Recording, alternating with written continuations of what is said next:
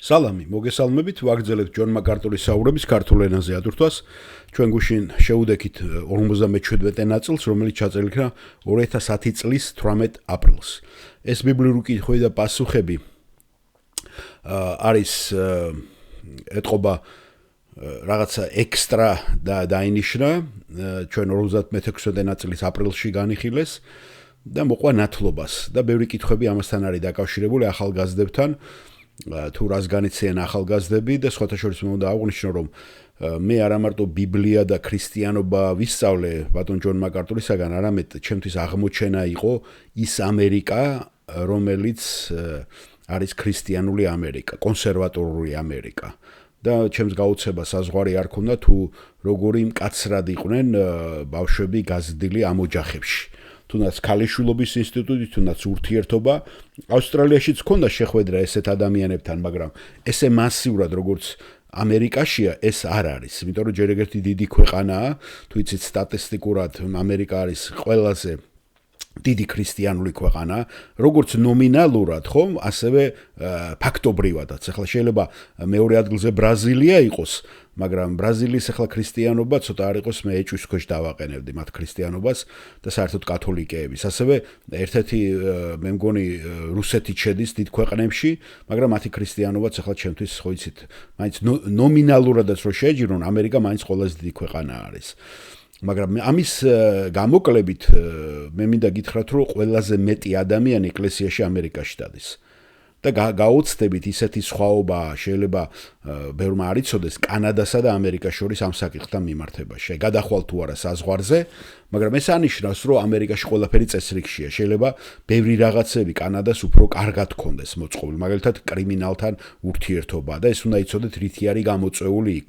იქ არის ძალიან დიდი თავისუფლება, შტატებს აქვს ძალიან თავისუფლება ბევრი კუთხიდან. აქ კიდე არის ტოტალური კონტროლი და ეს რა თქმა უნდა დისციპლინას. ასევე ქვეყანა არის ტერიტორიულად დიდი ამერიკაზე, მაგრამ თვითონ მოსახლეობა მეათედია.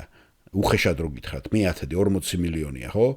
უხეშად შეიძლება ესე დავამრგვალო. იქ 320 თუ 330 ახლა. მაგრამ მიუხედავად ამისა, უნდა გითხრათ, რომ როცა ქრისტიანებიც ესეთ კრიმინალურ, ესეთ შეიძლება ძალიან უცხო გარემოში ბევრი ქრისტიანია ამერიკაში. და ბევრი ისეთი ჯიბეებია სხვადასხვა შტატებში, ხომ? სადაც გაუცდებით ისეთ სხვაობა, თუნდაც ავსტრალიასა და ანგლოსაქსონია, ხო? ორივე თავისუფალი სამყაროა. ახალ სამყაროს რო უძახიან, ხო? ბრიტანული კულტურიდან წამოსული. მაგრამ დიდია განსხვავება, უნდა გითხრათ, კანადასა და ავსტრალიის შორის ალბათ უფრო ამინდიარი განსხვავება, მაგრამ ცხოვრების წესი და ისინი ალბათ ფრანგული პროვინცია კვებეკი ქმნის გარკვეულ სხვაობას თავის სპეციფიკით, მაგრამ დანარჩენში ავსტრალია და კანადა ორივეში ვარ დამცხოვრები, ორივეს მოქალაქე ვარ და თითქმის იდენტური არის, როგორც კონსტიტუციურად, ასევე ცხოვრების წესით და შეხედულებით, სოფხედველობით, ბევრ საკითხთან მიმართებაში. ბრიტანეთში და ევროპაში არ მიცხოვრია, ბრიტანეთის ანგლოსაქსონია, მაგრამ რაც მომდის ინფორმაციები, იქ კიდე განსხვავდება უფრო ლიბერალიზმის თვალსაზრისით და თუნდაც რწმენის თვალსაზრისით. ძალიან დაშორდნენ ისინი ღმერთს, ძალიან და ამერიკა ჯერჯერობით კიდევ ინარჩუნებს. ნუ რაზეა ლაპარაკი, როცა პრეზიდენტები იძულებულები არიან ჯერ კიდევ ლოცვის, ბიბლიაზე ხელის დადების და ასე შემდეგ, ხო? ასე რომ აი ეს დღევანდელი პასუხიც მიხვდებით, რომ როგორი ის არის მიმართება და ჯონ მაკარტური მარტო არ არის ამ საკითხში. ძალიან ბევრი მე პასტორები ვიცი და როცა სკანდალი რაღაცა ხდება, უპირობოდ იქ ხდება გადადგომა. თუნდაც აი ეს ფაქტორი, რაც მოხდა, რაც დაინახე და მოისმინეთ, ხო შეიძლება ბევრ ქვეყანაში ეს არ მოხდარიყო, მაგრამ თვით კორპორაციებში და იმაში ხედავთ ესეთი ურთიერთობა დაქორწინებამდე შეიძლება მიღებულია, მაგრამ ქორწინებაში მყოფი ადამიანისათვის ამის გაკეთება სახალხოდ და ესე იგი ბიზნესმენის პოზიციაში, რაც მოხდა Coldplay-ის კონცერტზე, როცა ის კოცნა გადაიღეს, ხო, თუ ჩახუტება თუ რაც დავარქვათ, ხო, მონიტორზე. ასე რომ ბევრმა არ იცის ეს საქართველოში და მეც არ ვიცოდი თავის დროზე. ასე რომ მადლობა ჯონ მაკარტურს, რომ უფრო თვალი ამიხილა ბევრ საკითხებზე, ყოფა ცხოვრების საკითხებზე. თუნდაც ისტორიულადაც, ხო, ქრისტიანების ისტორია მე მათგან გავიცანი. თუ რა იყო ქრისტიანების და რამხელა გავლენა მოახდინეს პურიტანებმა, როცა ჩამოვიდნენ და ქრისტიანობამ რამ დიდი გავლენა ითამაშა ამერიკის ისტორიაში. გამოღვიძებები ქრისტიანული, ხო, აღორძინებები, ჯონათან ედვარდსის, ხო, ვესლი ძმების და უამრავი ბევრი დუაინ მუდი და ესეთი სახელები, ხო? ასე რა თქმა უნდა ბატონმა თეოფილემაც დიდი როლი ითამაშა თვითონ აი ეს ხალხი რო გაეცნო ჩვენთვის და მე ამ ხალხის მეშვეობით უფრო კიდე გაგვეღრმავებინა ჩვენ ეს ცოდნა. აი მოდით მოусმინოთ ახლა კარმენი დედა რომელიც შეწუხებულია კარმენ სილერი, არ ვიცი, ფილიპინელი, არ ვიცი, სადაურია ქალბატონი, აშკარად შეიძლება ლათინო არის, შეწუხებულია თავისი შვილების ბედით. დიახ, ეხლა გადავდივარ ჩვენ შეკითხვების სერიალზე და აი აგერ ქალბატონიდან დავიწყებთ ჩვენ. თუ შეიძლება თქვენი სახელი გითხარით. გამარჯობათ, მე კარმენ სილერი ვარ. გამარჯობა კარმენ და მე პირველ რიგში მადლობა მინდა გადაგიხადოთ პასუხო თქვენი სწავლებისათვის. არაფრის. ყოველ კვირას როცა თქვენ ხმას ვისვენ, ყოველთვის გძნობ რომ ეს დიდი პასუხისმგებლობა მეკისრება მეც. გმადლობთ. მაქვს თხოვნა და შემდეგ კითხვა. ჩემი თხოვნა თუ შეგიძლიათ რაიმე უთხრათ და გაამხნევოთ ჩვენ ყავს რამოდენიმე ბავშვი მადლის ჩვენს ეკლესიაში რომლებიც ძალიან მალე კოლეჯში წავლენ თუ შეგიძლიათ რაიმე უთხრათ მათ და გააფრთხილოთ რომ გზაზე დააყენოთ თუ რისთვის უნდა იყვნენ მზად ისინი ქრისტიანები არიან და პატარაობიდანვე ამ გარემოში გაიზარდნენ მათ ქრისტიანი მშობლები ყავთ და თუ შეგიძლიათ რომ მათ რაღაცა გამხნევების სახით მიცეთ ინფორმაცია. ეხლა მათ ჯერ ნათლობა არ მიუღიათ და ღმერთის წინაშე რაიმე მალდებულება უნდა აიღონ ნათლობის გარეშე, როცა ისინი კოლეჯში მიდიან. და ჩემი კითხვა და ამ კითხვაზე გააჩერებს მაგარტური. კარგით, მოდით ერთი წუთით შევჩერდეთ აქ და კითხვა მერე დასვით. დიახ, მე მესმის თქვენ რასაც ამბობთ, ვიცით რისიც გეშინიათ, ალბათ საკმაოდ სწორადაც. აქ გარკვეულწილად ისინი გარკვეულ თავშესაფარში იყვნენ და დაცულ გარემოში. იმიტომ რომ მშობლების თანზასწრებით გახსოვთ ხო, დაცულია თუნდაც არა მორწმუნე ცოლი, მორწმუნე ქმრისგან და მორწმუნე ქმარი კიდე არა მორწმუნე ქმარი კიდე მორწმუნე ცოლისაგან. გახსოვთ პირველ კორინთელთა მე-7-ში წერია, ურწმუნო განიწმინდება მორწმუნის თანდასწრებით. და ეს ბავშვებშიც და ბავშვებსაც ეხება, რა თქმა უნდა. უბრალოდ მორწმუნე მშობლების კურთხევა ბავშვებზე ვრცელდება, თუნდაც ის ურწმუნო ბავშვები იყვნენ. ასე რომ მათ ქრისტიანობის ოჯახში ოჯახური გავლენა აქვთ. და ეს მათ ეკლესიაშიც ჰქონდათ. მათ არა მხოლოდ მშობლებისაგან ჰქონდათ ეს, არამედ თანატოლებისაგანაც, სადაც ეკლესიაში დადიოდნენ. და თქვენ მოისმინეთ დღეს ეს ჩვენებები ნათლობისას, ხომ? ვინც მოინათლენ. ისინი ეკლესიაში გაიზარდნენ. და ასევე ადამიანები, რომლებიც გარეთ დადიან, ხომ? ისინი ამ გამოწვევების წინაშე დგანან. და ახლა მათ მოუწევთ ესეთ ჯგუფებთან ურთიერთობა. რა თქმა უნდა, პრობლემა ისაა, რომ თუ იესო ქრისტესადმი პირად ვალდებულებას შენ არ აიღებ, ხო? ყველა ამ დამცავ გავლენას შენ კარგავ. დაუცველი და გამოუცდელი რჩები.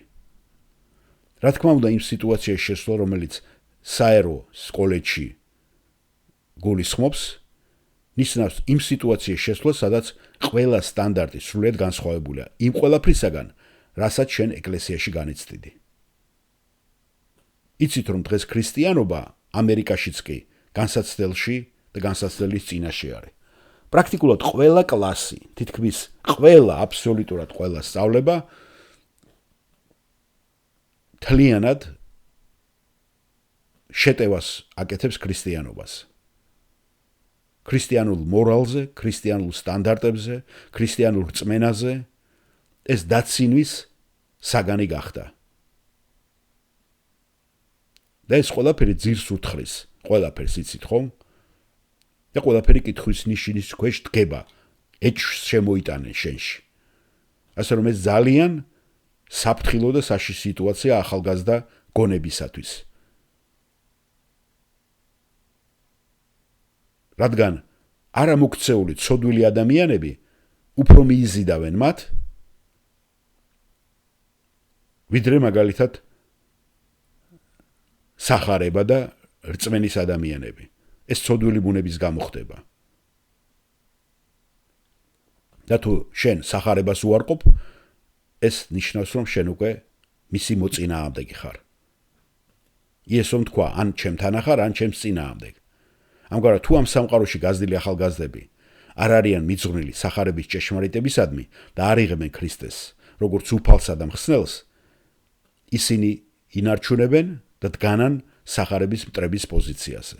სხვა სიტყვებით რომ ვთქვათ, ისინი მიესალმებიან ყველაფერს, რაც ამ ჭეშმარიტებას ძირს უთხრის. გვინდა თუ არ გვინდა, ესე არის. ამიტომ ეს ძალიან საშიში სიტუაცია, რომელშიც ისინი შედიან. მე ვფიქრობ, რომ ახალგაზრდები ამის შესახებ უნდა იყვნენ გაფრთხილებულები, რადგან ეს, სადაც ის მათ მოუწევთ ყოფნა, ეს ნეიტრალური გარემო არ არის. არ არსებობს ნეიტრალური გარემო. ან ხარ ქრისტესთან, ან ხარ მისი წინააღმდეგ. სამყარო არასდროს არის ნეიტრალური გარემო. როდესაც შედიხართ სასკოლო ოთახში.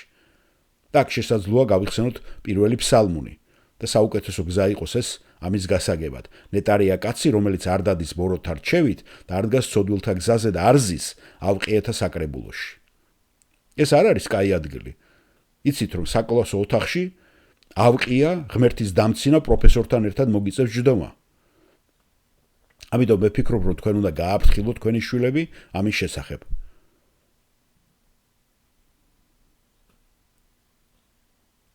ამიტომ თქვენ ყველანაირად უნდა ენდოთ ღვთის მადლსა და ღვთის სიკეთეს. თუ თქვენი შვილების ამ საერო გარემოში გაშვება გიწევთ. და ძალიან უნდა გააძლიეროთ თქვენი ლოცვითი ცხოვრება. მნიშვნელოვნად უნდა გააძლიეროთ. ბუნებრივია, სადაც არის ქრისტიანი ადამიანები, იქ ქრისტიანული გავლენაც იქნება. მაგრამ ამას უკვე ჩვენ ნაკლებად ხედავთ კოლეჯში. ჩვენ ვიცით, რომ არიან ქრისტიანები ნებისმიერ კოლეჯებში, სკოლებში, სადაც ადამიანი მიდის, მაგრამ საფრთხე იმიტომ მოდის, რომ მოქცეული გული ეხმიანება იმ ყველაფერს, რაც ქრისტიანობას ესხმის თავს. მოუქცეველი გული. ცოდვილ ბუნებას ეს თვისება აქვს. ისინი უფრო კომფორტულად გრძნობენ თავს ტყუილთან, ვიდრე ჭეშმარიტებასთან. ესეთი ქრისტიანული მოუქცეველი ბუნება, როგორებიც იყვნენ წარსულში, დღეს საღამოს მოვისმინეთ ნათლობის დროსაც. როგორები იყვნენ ისინი წარსულში. რომ ხორციელ მიწიერ ადამიანს არ ესმის ღვთის საქმეები. ის ბრმა ამ ყველაფრის მიმართ. მაგრამ ბრმა არ არის ამ ქვეყნიური საქმეების მიმართ. და ეს მნიშვნელოვანი გაფრთხილებაა. ეხლა კი თქვენი კითხვა, კარმენ, რა იყო თქვენი კითხვა? გმადლობთ, კითხვა ასეთია, პასტორ ჯონ. რას ფიქრობთ, ან რა შეგიძლიათ თქვათ ბავშვებზე, გოგოებზე თუ ბიჭებზე, მაგალითად 15 წლის ასაკში? როცა ისინი ხვდებიან და ყავთ შეყვარებულები, ეს სწორია? როდის ფიქრობთ, რომ ეს ასაკი კარგია მათი ურთიერთობისათვის, პაემანი და ესეთი ვალდებულებების სერიოზულის ასაღებად?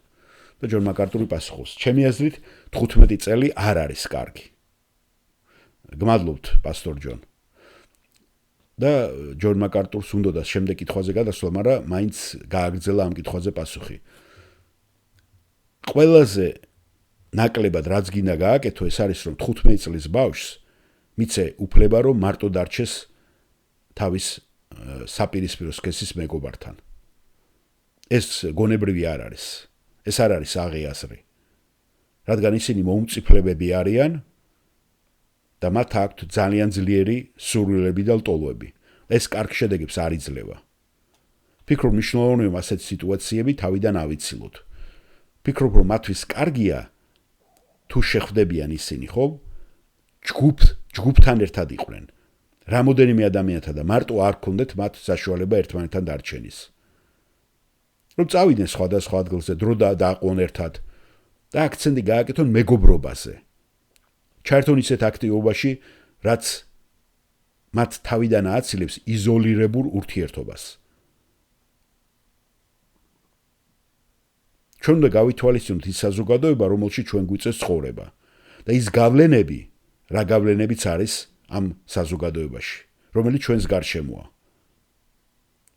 ეს გარემო არანაირად სწორ ურთიერთობებს არ აღძრავს. და რა მგონია საშუალო სკოლის ასაკი იყოს ამისთვის შესაფერისი ადგილი.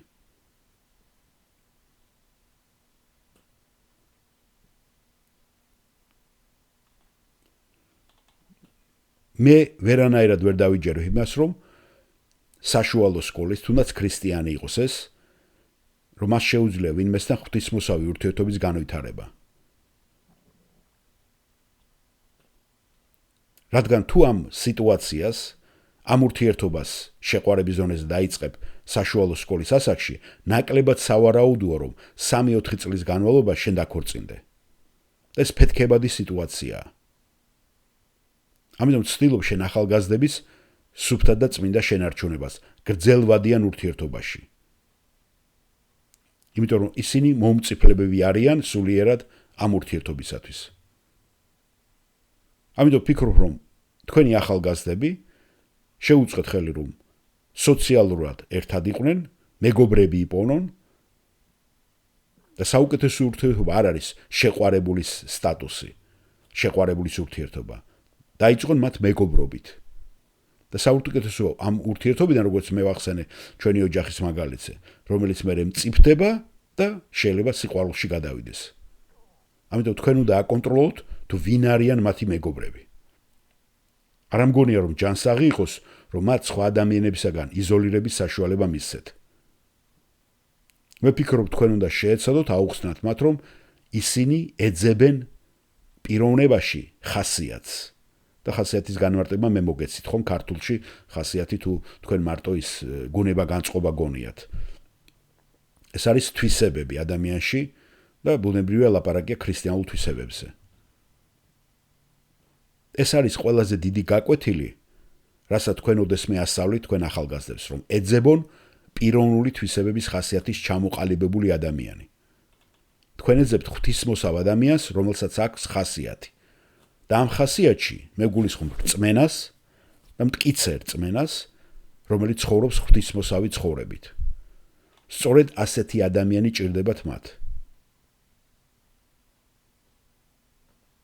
და რომანტიკის ფაქტორიც შემდეგ ამას აუცილებლად სადღაც მოყვება.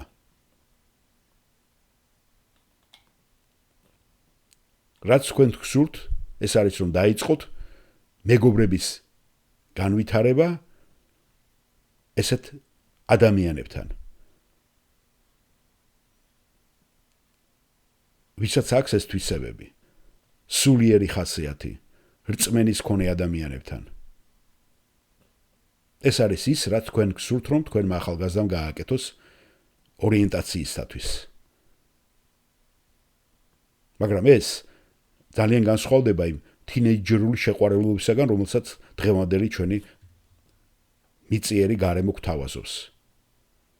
და ყველა ეს ტიპის ურთიერთობები, რასაც ჩვენ ხედავთ ტელევიზიაში, ფილმებში და ზოგიერთ წიგნებში კითხულობენ. ესე რომ ეს არის ჩემი რჩევა ქალბატონო კარმენ. მადლობა ბატონო ჯონ.